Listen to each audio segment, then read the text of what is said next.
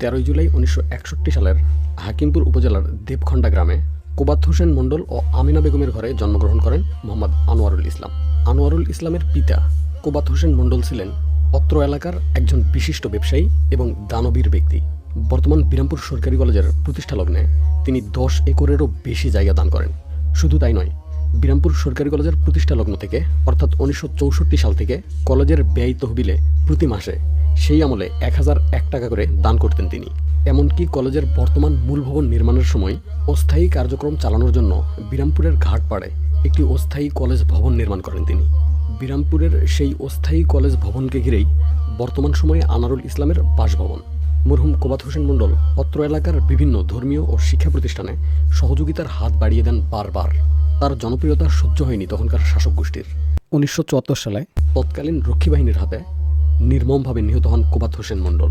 আনোয়ারুল ইসলাম তখন দিনাজপুরের ঐতিহ্যবাহী বাংলা স্কুল মিউনিসিপাল হাই স্কুলের 10ম শ্রেণীর ছাত্র। সেই সময় সড়কপথ ছিল দিনাজপুর থেকে ফুলবাড়ি পর্যন্ত, বাকিটা আসতে হতো রেলপথে। ইন্টারেস্টিং বিষয় হলো, বাবার মৃত্যুর খবর তিনি পেয়েছিলেন ফুলবাড়ির রেল স্টেশনে বসে। সম্পূর্ণ অপরিচিত ব্যক্তিরা যখন মৃত কোবাত হোসেন মণ্ডলের হত্যার ঘটনা বলে আফসোস করছিল। এইবার আসেন শিক্ষাগত যোগ্যতায়। তিনি দিনাজপুরের ঐতিহ্যবাহী বাংলা স্কুল থেকে 1976 সালে মাধ্যমিক পাশ করেন। পরবর্তীতে 1979 সালে জয়পুরহাট সরকারি কলেজ থেকে উচ্চ মাধ্যমিক পাশ করেন। এরপর তিনি ভর্তি হন বিএসসিতে, কিন্তু বাবার অকাল মৃত্যু তার জীবনের মোড় ঘুরিয়ে দেয়। 21 ভাই বোনের বিশাল ও বিপর্যস্ত পরিবারের দায়িত্ব এসে পড়ে তার কাঁধে। পরিস্থিতির কঠোর বাস্তবতায় তাকে একাডেমিক পড়াশোনা থেকে ফিরিয়ে আসতে হয়। তবে তার আগেই তিনি কোরআন হাদিস ও ইসলামিক আন্দোলনের সান্নিধ্যে আসেন। জয়পুরহাট সরকারি কলেজে অধ্যয়নকালে তিনি পরপর 2 বার ইসলামী ছাত্র শিবিরের প্যানেল থেকে ছাত্র সংসদ নির্বাচিত হন। এইবার আসেন রাজনৈতিক গুরুত্ব। আনোয়ারুল ইসলাম বাংলাদেশ জামাতি ইসলামের কেন্দ্রীয় মজলিসের শুরা সদস্য। তিনি দিনাজপুর জেলা ও দিনাজপুর জেলা দক্ষিণ অঞ্চলের আমির হিসেবে দীর্ঘ 15 বছর দায়িত্ব পালন করেন। এর আগে তিনি দিনাজপুর জেলা শাখার সেক্রেটারি হিসেবে দীর্ঘ 12 বছর নিখুঁত দায়িত্ব পালন করেছেন।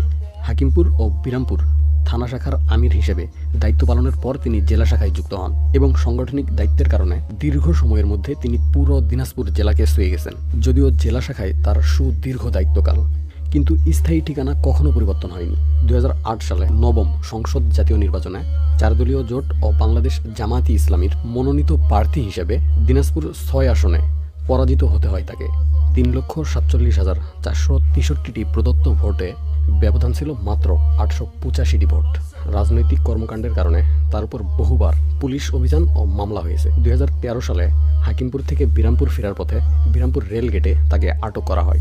2014 সালে সব মামলা জামিনের পরেও নতুন একটি মামলায় ডিবি পুলিশ পুনরায় তাকে তুলে নিয়ে যায়। তবে 2014 সালের নির্বাচনে যখন জামাতি ইসলামী নিবন্ধন হারিয়েছিল, তাতেও তৎকালীন ঐক্যফ্রন্টের জনপ্রিয়তায় তাকে প্রার্থী করা হয়। আনোয়ারুল ইসলাম এক প্রকার বাধ্য হয় অন্য প্রতীকে নির্বাচন করতে। 2018 সালে আরও একটি নির্বাচন বর্জন করতে বাধ্য হয় দুপুর না গড়াতেই। এরপরেও 4 থানায় 69,000-এরও বেশি ভোটার লড়াই করেছিলেন তার পক্ষে। আবার 2019 সালে বর্তমান জেলা সেক্রেটারি মুহাদ্দিস এনামুল হক সহ থানা ও জেলা পর্যায়ের দায়িত্বশীলদের নিয়ে গ্রেফতার করা হয় তাকে। যেই পুলিশ তাকে আটকে রেখেছে, বারবার জড়িয়েছে অসংখ্য মামলায়। 2024 সালের 5 আগস্ট ছাত্র জনতার অভ্যুত্থান ও রক্তাক্ত জুলাই বিপ্লবের পরে দেশের শৃঙ্খলা ও বৃহত্তর জাতির স্বার্থে সেই পুলিশ ও থানা পাহারা দেওয়ার সাহসী দায়িত্ব পালন করেন তিনি।